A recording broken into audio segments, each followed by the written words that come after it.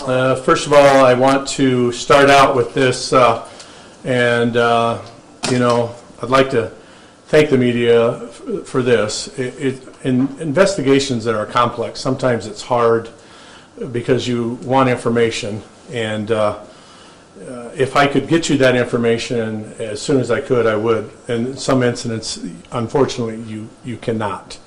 And one of the delays in this incident, the reason was for twofold, is one, respect for the family until the funeral was over, and the other was we were still early into this investigation, which we still are. And so I'd like to give you some of the details. First, I'd like to thank the DCI, Divisional Criminal Investigation, the DCI Lab, County Attorney's Office, our administration leadership team for their diligent effort, along with our investigators that have worked tirelessly on this case and continue to do so. The facts are on October 24th, EMTs were dispatched to 6535 Morningside Avenue for a man down inside his residence. The individual was later identified as David Davenport, who passed away on Friday, October 25th. Some of the difficulty in that was the addressing was not in our system. There is one address, but there's two houses. And so that became a little difficult. The Woodbury County Sheriff's Office and Sergeant Bluff Fire were dispatched on Sunday morning to a fire at the residence owned by David Davenport. The fire investigation led up to an investigation of the medical call that occurred on the 24th. Our investigative team and leadership team thought maybe something was suspicious, looked into a little deeper, and talked with Mercy doctors, and on Monday, the 28th of October, the body was taken to the medical examiner in Ankeny, Iowa, where an autopsy was performed on David Davenport, and the preliminary results indicated a homicide by blunt force trauma. The investigation is ongoing with the assistance of the county attorney, DCI, and the Sioux City Police Department, who helped us with the drone during the early stages of this investigation. We would ask for the community's help with tip line 258 tips, and ask for any information that anybody may have on seeing vehicles or people around the residence around 10:30 to 12:30 on Thursday, the day that the medical was dispatched to Mr. Davenport's residence. At this time, I'm not able to give you any more information. I've met with the county attorney, I've met with the investigation team, and everything is ongoing. Interviews are continuing to be conducted. We really don't have any more information. We're early into this, and when that more information becomes available, we will give it to you as it goes along. Any questions? I'm limited in what I could answer. So the fire is unrelated to the death. The fire, I understand, is totally accidental then? You know what I'm going to do is, because Major Wick was one of the lead investigators in this, I'm going to let Major Wick answer any of those questions that might be related to that, and he'll answer what he can. Okay. Thanks. You go ahead. You want to fix that? Pause. That's Brett's. Okay. Just talk slow. Yeah, as long as you understand. Okay. You want to restate the question for me, please? Yeah, sure. So the fire, the way I understood it, was ruled accidental in nature. That's totally unrelated to the death then? At this point, because of that investigation and that portion of the investigation is being conducted by the Iowa State Fire Marshal's Office, I do not have a final report from them yet, so I can't really comment on that. Okay.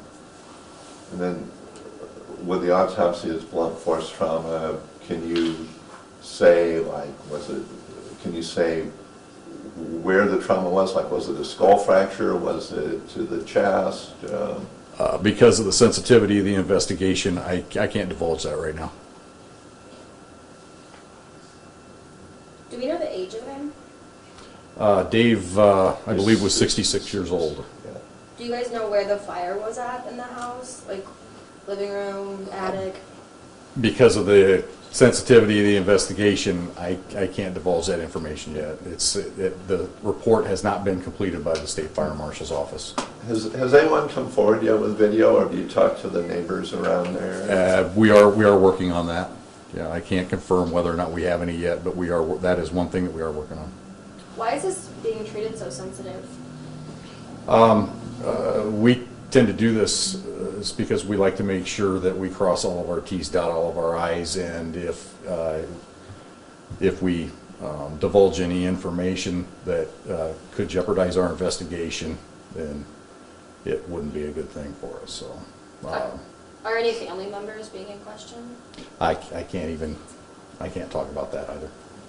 As far as you know, he was supposed to be alone in the house the night of his death then, and then, you know, based on, we don't know who else would have come in, but the way I understand it, he lived alone. He didn't have anyone living with him. Again, because of the sensitivity of the investigation, I can't get into any of the circumstances surrounding our actual investigation into his death at this time. So, Well, what's your exact part in the investigation? I'm a major with Woodbury County Sheriff's Office. I'm in charge of the investigation division. We have a team of investigators along with the DCI and the State Fire Marshal's Office, and we have also had some assistance from the Sioux City Police Department's drone, and that pretty much encompasses who is currently working this investigation. Do we have a number of people working on this? I'm sorry, I should include the county attorney's office also. So a number of people working on this investigation? Yes, there is. When was the drone used? I can't give you an exact date and time on that either. I don't have those in my notes, that information in my notes. So that house, that's one house. It's not two. It's not a duplex. The not Which just house one are you referring to? Where he was found. His home. Again, because of the sensitivity of the investigation, I can't get into the details as to how the property's set up out there. Do you believe that there is a danger out there in our community? No, I do not. Not at this time. There's no reason for me to believe that. So it is fair for us to say this is a homicide investigation that's going on now then? Correct. What are the next steps moving forward? Again, because of the sensitivity of this investigation, I can't give you that.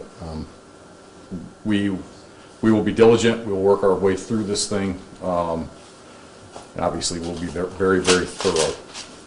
Do we know, or did you guys state that he was the only person living in the house at the time? Woody asked that, and Sorry, I can't give you that. Okay, Yeah. sorry.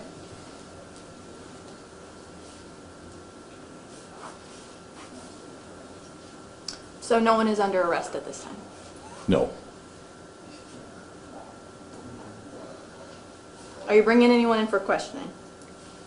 Not at this time. Do you believe it was random or targeted? Because of the sensitivity of this investigation, I can't get into that. And you guys said there already was a funeral. Somebody help me out. Was there an actual funeral? Yes. And he was buried? Was he cremated? I can't answer that. That's something that I can't.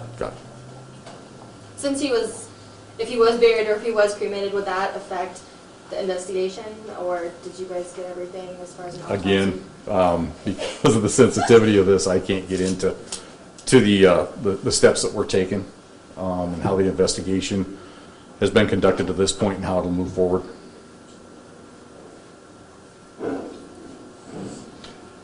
I would also like to thank two other agencies too that there's a lot of people involved in this. Obviously, the medical examiner's office is also involved in this, so I think I failed to mention them a little bit ago. And they did release the body. That I can't even confirm at this point.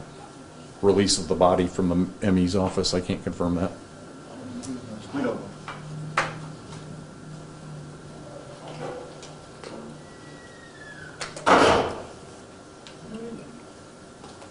Okay. Good. You good? Thank you. Thank you.